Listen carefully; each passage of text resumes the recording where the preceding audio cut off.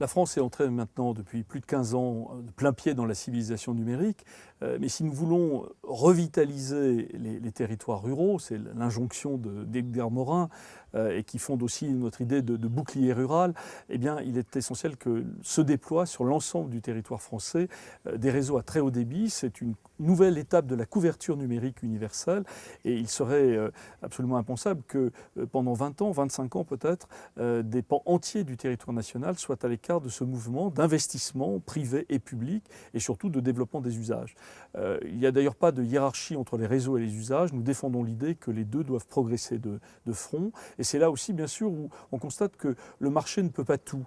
Les réseaux d'initiative publique viennent utilement compléter l'effort d'investissement privé, et on pourrait sans doute aller plus vite. C'est pour ça que nous sommes de plus en plus nombreux à réfléchir à une nouvelle stratégie pour l'aménagement numérique du territoire qui fasse place à un co-investissement beaucoup plus actif, où l'État aurait un rôle de stratège et de pilote plus affirmé, avec sans doute davantage de moyens de péréquation entre nos territoires, peut-être un opérateur national chargé de booster, comme on dit, le déploiement du très haut débit, cette cible mouvante vers laquelle nous devons aller sans attendre maintenant.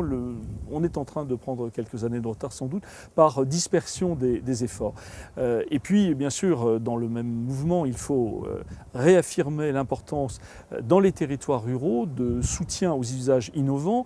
On a commencé bien sûr par des apprentissages, mais aujourd'hui c'est un usage très vivant.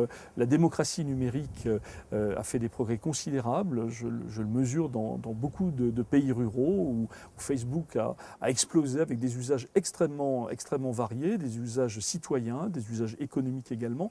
Et c'est d'ailleurs dans ce domaine-là, l'économie numérique, il y a sans doute le plus fort potentiel d'innovation encore à réaliser dans les territoires ruraux qui se sont maintenant véritablement dotés d'équipes locales de développeurs numériques. Il faut les encourager, il faut les soutenir. C'est d'ailleurs dans un meilleur dialogue entre l'État et les différents niveaux de collectivités locales qu'on pourrait certainement faire davantage pour la France numérique.